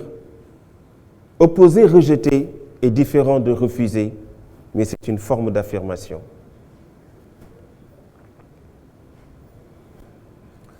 Si nous ne faisons pas attention à ces concepts qui sont présents, et lorsqu'ils deviennent très permanents dans notre vie présente, ça va aller très mal. Dans des relations, lorsqu'il y a des injonctions, des menaces, des chantages, de culpabilisation, de la dévalorisation et de la disqualification, c'est un système dangereux qui s'installe dans les relations humaines. Ou nous les subissons, ou parfois plus grave, nous les pratiquons sans nous en rendre compte. Voilà ici une maman en pleine injonction avec son enfant. Tu dois être gentil avec ton frère parce qu'il ne comprend pas. Et nous avons tous cette tendance de donner raison au petit frère parce qu'il est petit. Vous savez que quand ton enfant pleure et que vous lui donnez ce dont il a besoin pour qu'il se taise, vous êtes en train de lui faire comprendre que ces larmes sont une arme puissante pour avoir ce qu'il veut. Slide. Les menaces implicites, explicites, directes ou indirectes, contenues parfois dans des phrases banales, freinent la vitalité, veulent contrôler l'imaginaire et l'irrationnel dans la vie d'une personne. elles sont aussi dangereuses que les châtiments corporels. Slide. Dévalorisation, disqualification, pratiquée sur l'un vise à blesser avec l'illusion de l'amener à changer de comportement. La comparaison est souvent associée à la dévalorisation. Je peux aussi pratiquer cela vis-à-vis de moi-même. Dire à ton enfant, regarde ton cousin, il a toujours de bonnes notes, toi tu n'as rien. Slide. Culpabilisation. Alors là, l'école a été un véritable champ de torture. Où des professeurs te prédisaient parfois que tu n'étais pas bon pour l'école. Que tu n'avais rien à faire ici. Est-ce que vous savez que j'étais très souvent le dernier de ma classe quand j'étais petit? Et je vous invite à pratiquer la restitution symbolique. En me retrouvant coordonnateur d'un projet, je me suis rendu compte qu'un de mes anciens professeurs était dans la salle et il me disait que j'avais tout le temps du fromage à la place du cerveau. Je suis allé au supermarché et j'ai acheté beaucoup de fromage que je l'ai amené chez lui. En lui disant, vous savez, les fromages, ça marche mieux avec du pain. Et ce qui est dans ma tête est loin d'être du fromage. Mais ce n'était plus la même personne. Faisons très attention aux colères que nous portons sur des gens. Les gens peuvent changer, devenir meilleurs. Et ce professeur que j'ai trouvé n'a pas vu un ancien élève, il a vu un fils. Et c'était une très belle journée, lui et moi. Nous avons acheté du pain, nous avons mangé le fromage. Le chantage, tentative pour influencer le comportement ou la décision de l'autre contre ses propres choix ou désirs, ne fonctionne que si j'adhère à ses injonctions ou si je me soumets à la menace énoncée.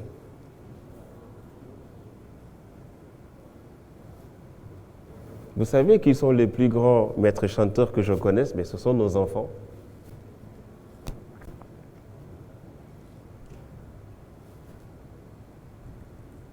Ou bien vous n'êtes pas d'accord avec moi? N'est-ce pas? Il y a des choses qu'on dit à papa, il y a des choses qu'on ne dit pas à maman. Qui a dit Toi, il y a beaucoup de choses à avoir dans ton dossier, toi. Communiquer, c'est mettre en commun, mais mettre en commun nos différences. Et je pense que l'individu n'a que deux handicaps, l'handicap relationnel et l'handicap communicationnel. Si nous réussissons à construire une relation sur les bases de ces trois concepts, dans la vie du couple, avec nos supérieurs, avec tout le monde, il y aurait moins de problèmes.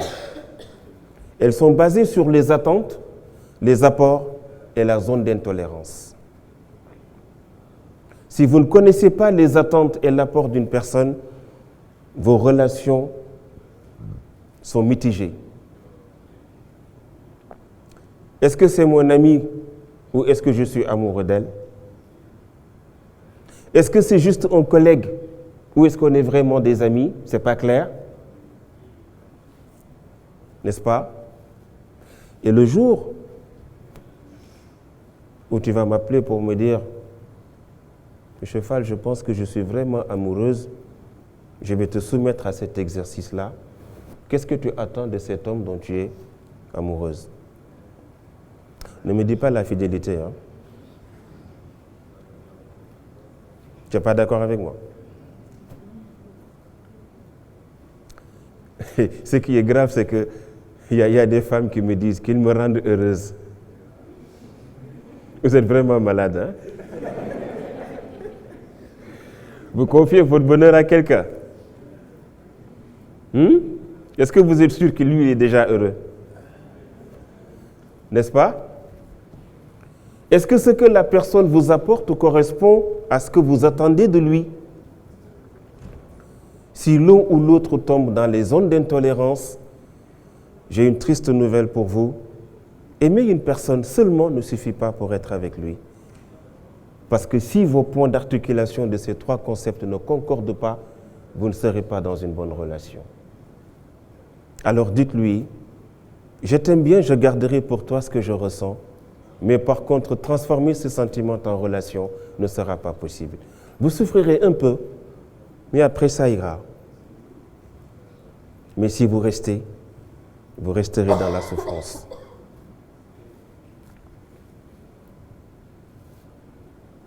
Et à vous de compléter ce tableau selon vos réalités. Light. Merci de m'avoir écouté.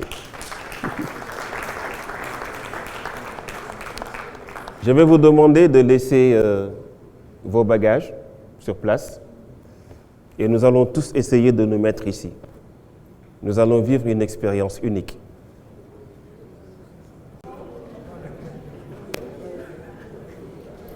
Avancez. Je vais vous voir former un bloc, les mains sur vos épaules, tous unis. Approchez-vous. Les mains sur vos épaules. Serrez-vous tous. Un groupe ici aussi, s'il vous plaît.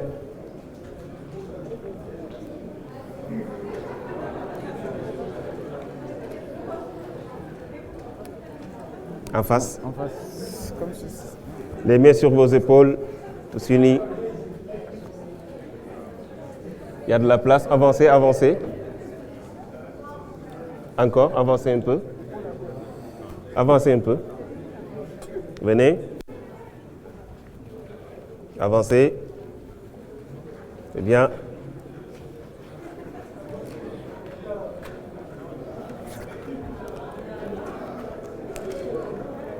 C'est bon. Alors, silence total.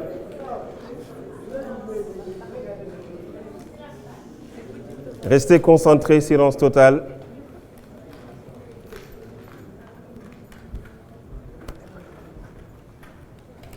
C'est parti. Il y a des objets, tout dépend de ce qu'on peut en faire. Nous les croisons au quotidien de notre existence et nous essayons d'en voir le sens, la portée, l'importance. Nous avons ici une belle communauté composée de très belles personnes, d'expériences, d'intelligences diverses, venant de tous les coins du monde, unis pour la seule et unique cause.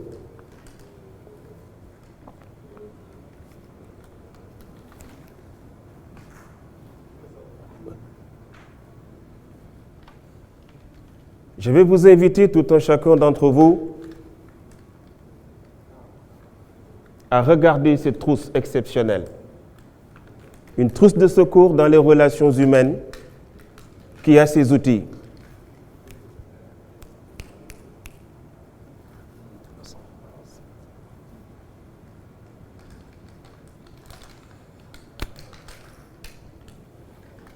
Il vous appartiendra à tout un chacun d'entre vous après de remplir sa propre trousse.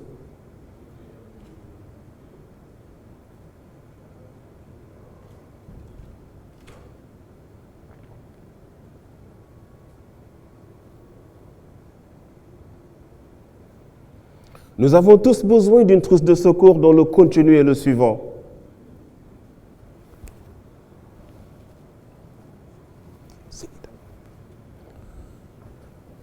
Des lunettes, un élastique, un pansement, un crayon, du fil, de la gomme, un bisou en chocolat, un sachet de thé. Slide.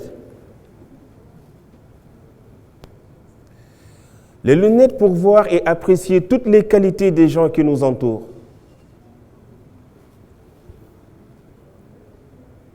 L'élastique pour se rappeler d'être flexible lorsque les gens ou les choses ne sont pas comme nous l'aurions souhaité.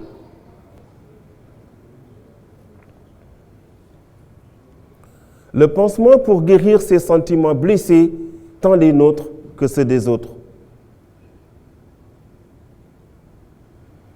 Le crayon pour noter tout ce qui nous arrive de bon au quotidien. La gomme pour se rappeler que chacun de nous commet des erreurs et que nous avons l'occasion de les effacer. Le fil pour attacher les personnes qui sont réellement dans notre vie et que le quotidien peut faire oublier. Le bisou au chocolat pour nous rappeler que tout le monde a besoin d'un bisou, d'un câlin et d'un mot tendre chaque jour. Finalement, le sachet de thé pour qu'à la fin de la journée, l'on puisse se reposer, se relaxer et réfléchir. Peut-être que pour le monde, tu es juste quelqu'un, mais sûrement pour quelqu'un, tu es le monde.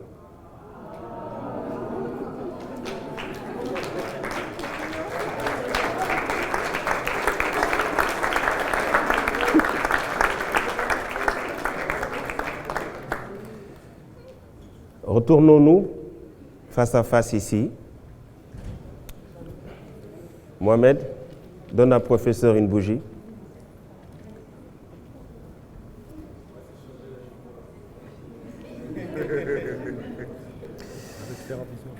Avec plaisir.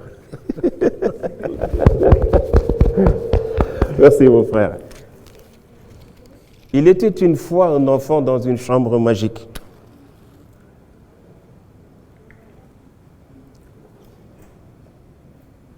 Et il s'est passé quelque chose de phénoménal.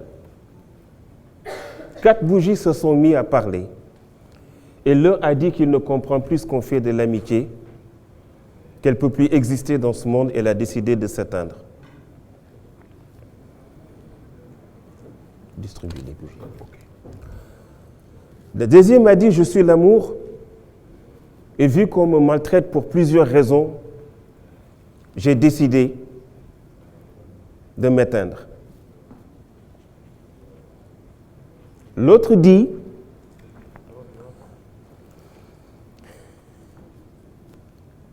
arrête de pleurer, jeune enfant. Moi, je ne m'éteindrai jamais. Et avec moi, tu peux rallumer les autres bougies. Et c'est la bougie que tient le professeur entre ses mains. C'est la bougie de l'espoir. Tous ceux qui ont reçu une bougie, professeur, viens au milieu. Et toi en face de moi, ça, derrière. Je vous invite à venir allumer votre bougie et à former un cercle autour du professeur. Juste ceux qui ont reçu des bougies.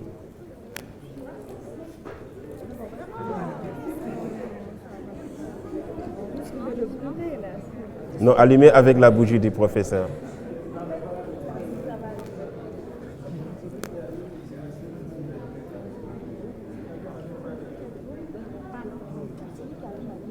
Non, venez allumer avec la bougie du professeur.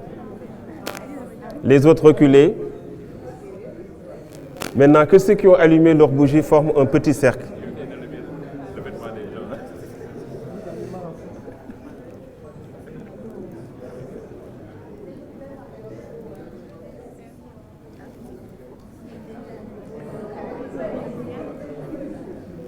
Doucement, ceux qui ont allumé leur bougie, les autres, écartez-vous un peu.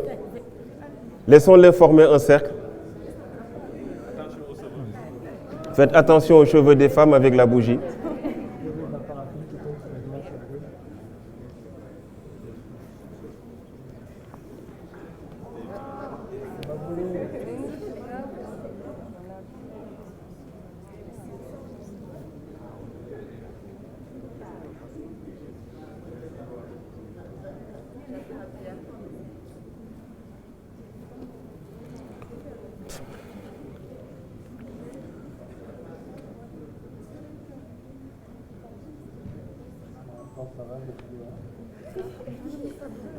Alors, les autres, reculez.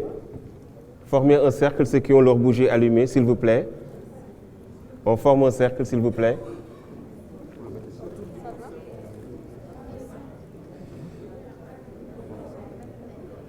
C'est bon? Allez, formez le cercle avec le professeur. Venez. Ne vous éloignez pas trop. Voilà. On se met ici, approchez-vous. Reculez un peu. Très bien. Approchez-vous un peu. Venez. Voilà. Alors, s'il vous plaît, regardez ce qui se passe maintenant. Silence total. Mohamed, ce n'est pas la peine, ça va aller. Ça fait partie de l'exercice. Il a fallu combien de bougies pour allumer toutes ces bougies? Est-ce que, professeur, en allumant votre bougie, a perdu sa flamme? Quelle leçon se trouve dans cet exercice? Le partage? Oui. Si aujourd'hui, il n'y avait qu'une seule bougie allumée et que la salle était noire et qu'on allume les autres bougies, qu'est-ce qui se serait passé? Ce serait éclairé? Élevez votre bougie au niveau de votre visage, très proche. Regardez dans le reflet de nos camarades qui ont leur bougie élevée. Qu'est-ce que vous voyez?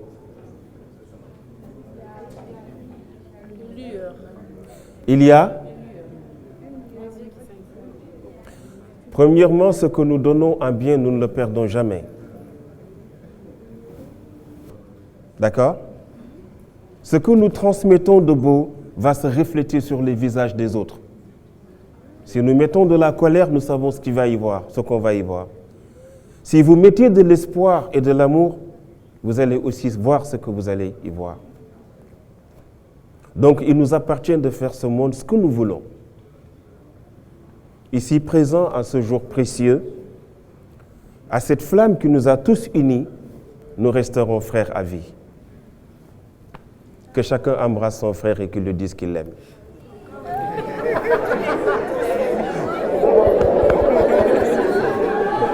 Merci beaucoup tout le monde. Allez, merci bien. Merci. Éteignez vos bougies, éteignez. Éteignez vos bougies maintenant.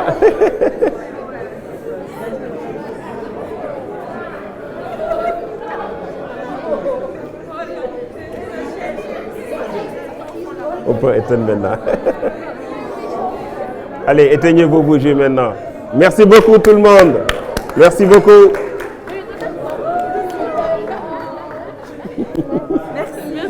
Merci beaucoup.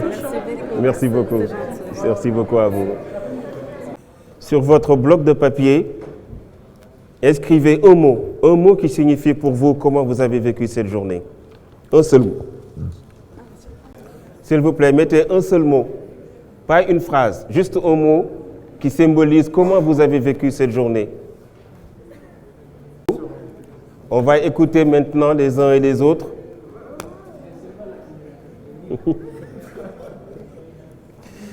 Alors, vous les partagez avec nous? Merci. Agréable, merveilleux. Waouh, on est gâtés. Non, c'est pas la peine, on va les dire, ça va aller plus vite. Chacun se lève et crie très fort son mot. Hala, vas-y. Alors, je disais que c'était humaine, une journée humaine. Une humaine. Découverte. Découverte. Instructif.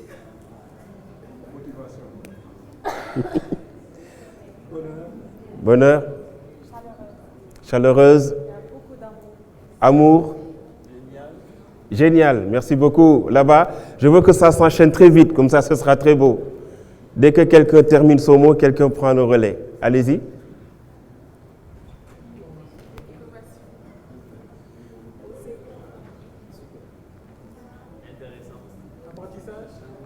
Mmh.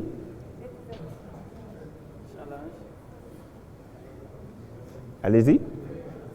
Oui, vous? Oui. Nouveauté. D'accord. Là-bas, au fond.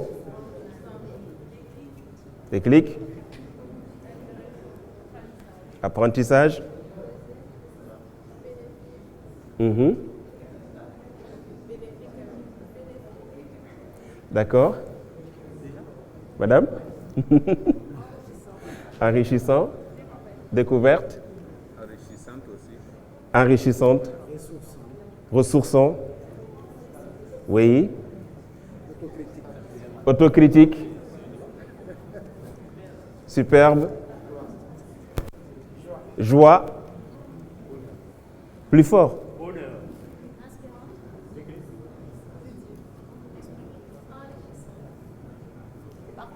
Mmh. Merci beaucoup. Et ici? Parlez fort, s'il vous plaît.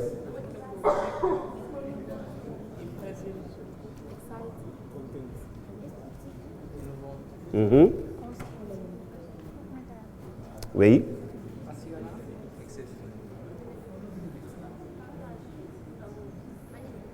Merci. Parlez fort. Expérience. Enrichissant. Édifiante. Magnifique.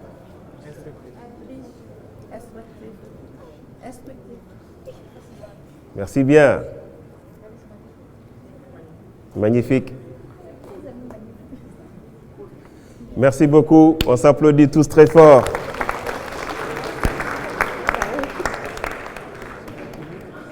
Mesdames, Mesdemoiselles, Messieurs, je vous remercie du fond du cœur. Permettez-moi de vous présenter M. Mohamed Jean. Mohamed Jean, expert en technologie, les belles images, les diapos, qui fait partie de mon cabinet, qui fait un travail exceptionnel sur le côté digital. Merci beaucoup, Mohamed, pour ta journée. À tous ceux qui étaient en train de suivre depuis le digital, on les tend la main pour les saluer. Ils nous voient, on vous remercie où que vous soyez dans le monde. Hein? Merci beaucoup. Désolé de n'avoir pas pu vous impliquer souvent dans les questions-réponses. On les remercie. On remercie tout le monde. Merci au Forum Galien de nous avoir invités, d'avoir renouvelé sa confiance. Et nous allons continuer cette belle aventure pendant quelques jours encore.